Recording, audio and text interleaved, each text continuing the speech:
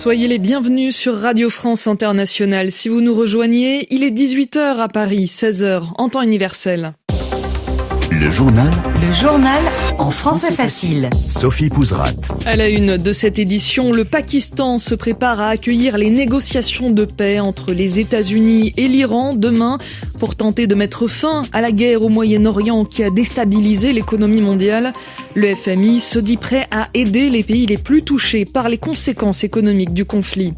À la une également, le feu vert discret d'Israël pour construire une trentaine de nouvelles colonies en Cisjordanie occupée. Un projet illégal selon le droit international.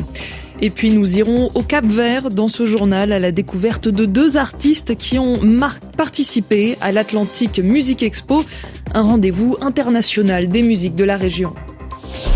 Le journal En français facile. Au troisième jour du cessez-le-feu fragile entre les États-Unis et l'Iran, les yeux se tournent vers Islamabad. C'est au Pakistan que les négociations de paix doivent avoir lieu ce samedi, alors que le dirigeant américain Donald Trump accuse Téhéran de ne pas respecter l'accord de cessez-le-feu, c'est-à-dire l'arrêt temporaire des combats. Son vice-président, J.D. Vance, espère quant à lui des négociations positives. Mais l'Iran réclame aussi la fin des combats au Liban avant toute discussion. L'incertitude demeure donc 42 jours après le début du conflit qui déchire le Moyen-Orient et qui a ébranlé l'économie mondiale. Les conséquences économiques de la guerre au Moyen-Orient, il en sera question la semaine prochaine. À Washington, le Fonds monétaire international et la Banque mondiale organisent leur réunion de printemps. Et avant même l'ouverture, la patronne du FMI prévient: les prévisions de croissance seront moins importantes que prévues et l'institution se dit prête à aider les plus touchés. Nicolas Fellman. Et parmi les États les plus vulnérables, le FMI identifie des pays d'Afrique subsaharienne ou encore les petites îles du Pacifique. La patronne de l'institution, Kristalina Georgieva. Heureusement, les prix du pétrole ont baissé, mais ils restent bien plus élevés qu'avant la guerre. Et de nombreux pays paient très cher pour s'approvisionner. Pensons par exemple aux nations insulaires du Pacifique, situées au bout de longues chaînes d'approvisionnement, qui se demandent si le carburant leur parvient encore après de telles perturbations majeures. Les interruptions d'approvisionnement ont eu et continueront pendant un certain temps à avoir des effets en cascade. La semaine prochaine, le FMI pourrait donc recalibrer ses programmes d'aide pour le Sri Lanka ou le Bangladesh. Des discussions sont aussi en cours avec l'Égypte, la Jordanie ou le Pakistan. En tant que pompiers, nous sommes là. Concentrons-nous sur les plus vulnérables, les pays importateurs de pétrole. De nombreux bénéficient déjà de programmes d'aide. Nous pouvons aller plus loin, intensifier ces programmes si nécessaire. Nous devons veiller à aider les pays et d'autres programmes suivront. À cause de la guerre au Moyen-Orient, le FMI s'attend à ce que les pays demandent entre 20 à 50 milliards de dollars d'aide supplémentaires. Nicolas Fellman. Et si l'incertitude règne à la veille de ces négociations pour sortir de la guerre, c'est aussi à cause des frappes israéliennes qui ont fait plus de 300 morts au Liban ce mercredi. Et de nouvelles frappes ont tué 10 membres des forces de sécurité dans le sud du Liban ce vendredi, d'après un dernier bilan. De son côté, l'État hébreu dit avoir démantelé plus de 4300 infrastructures du Hezbollah depuis le début du conflit. Israël, qui durcit encore le ton face à l'Espagne. Le Premier ministre israélien Benjamin Netanyahou accuse Madrid d'hostilité envers l'État hébreu et il a décidé d'exclure les représentants espagnols du mécanisme de surveillance de la trêve à Gaza.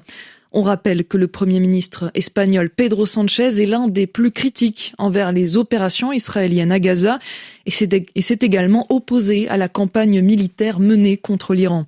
Dans ce contexte, le gouvernement israélien a discrètement donné son feu vert il y a quelques jours à la construction de 34 nouvelles colonies en Cisjordanie occupée. L'information a été révélée par la presse israélienne et dénoncée par l'ONG La Paix Maintenant. Environ 500 000 colons juifs sont actuellement installés illégalement en Cisjordanie occupée, où résident plus de 3 millions de Palestiniens. Le point avec Frédéric Misselin à Jérusalem. Une accélération majeure de la colonisation, affirme le mouvement La Paix Maintenant, qui évoque la frénésie du gouvernement israélien sur ce dossier en période préélectorale. La construction de 34 colonies a été autorisée par le cabinet de sécurité au début du mois d'avril, en secret, disent les médias israéliens. Elles seraient situées près des villes palestiniennes de Naplouse, Jénine, mais aussi dans le sud de la Cisjordanie occupée, entre Bethléem et Hébron. Au total, cela porterait à une centaine le nombre de colonies illégales au regard du droit international, mais autorisées par Israël. Sollicités, les instances gouvernementales et le Conseil des colons n'ont pas confirmé l'information. Pour l'ONG La Paix Maintenant, la décision n'a pas été rendue publique pour ne pas fâcher les Américains en plein conflit avec l'Iran. Le tout dans un contexte où les actes de violence des colons envers les Palestiniens se sont très fortement multipliés ces derniers mois. Frédéric Misselin, Jérusalem, RFI. Un autre cessez-le-feu dans l'actualité, celui qui commencera ce samedi entre l'Ukraine et la Russie pour la fête religieuse de la Pâque orthodoxe. Le président russe Vladimir Poutine a donné son accord hier soir, une semaine après l'appel lancé par le dirigeant ukrainien Volodymyr Zelensky. Une trêve de Pâques a déjà eu lieu, c'était l'an dernier, entre les deux pays, en guerre depuis plus de 4 ans. C'est une première depuis que Léon XIV a été élu pape. Il a rencontré le président français Emmanuel Macron qui est venu lui rendre visite au Vatican. Cette rencontre avec le chef de l'Église catholique a notamment été consacrée au conflit au Moyen-Orient avec une préoccupation partagée pour les chrétiens du Liban. Par ailleurs, Léon XIV se rendra en Algérie lundi prochain et Emmanuel Macron aurait fait passer un message en faveur de Christophe Glaise, le journaliste français incarcéré depuis le mois de juin 2025 en Algérie.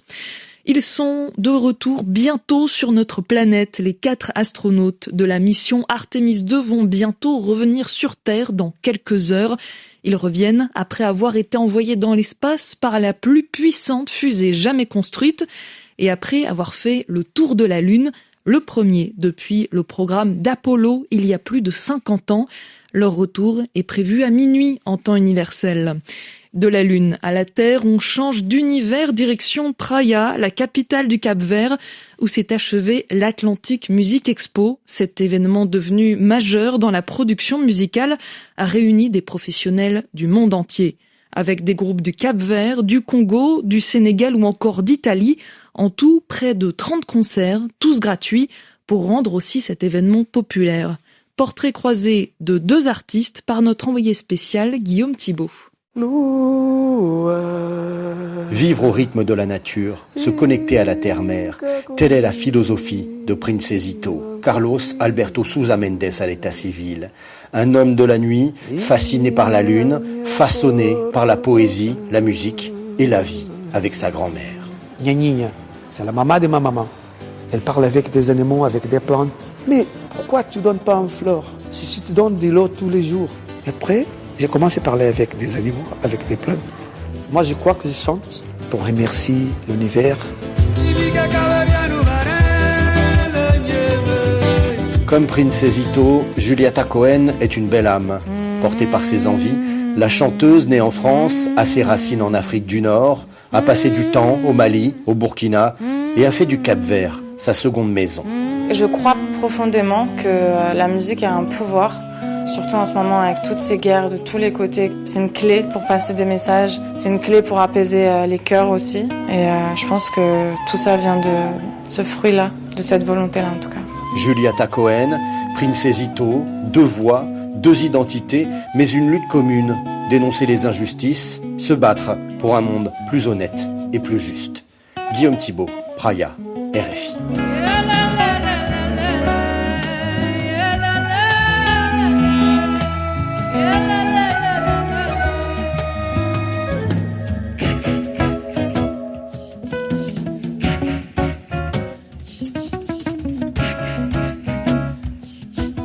Et c'est donc en musique que s'achève cette édition. Merci à vous de nous avoir suivis. Vous pouvez réécouter ce journal sur notre site internet françaisfacile.fr ainsi que sur notre application mobile RFI Pure Radio. Restez à l'écoute sur la radio du Monde, car dans quelques instants, ça sera l'heure de retrouver Olivier Pron au Café des Sports. Très belle soirée sur RFI.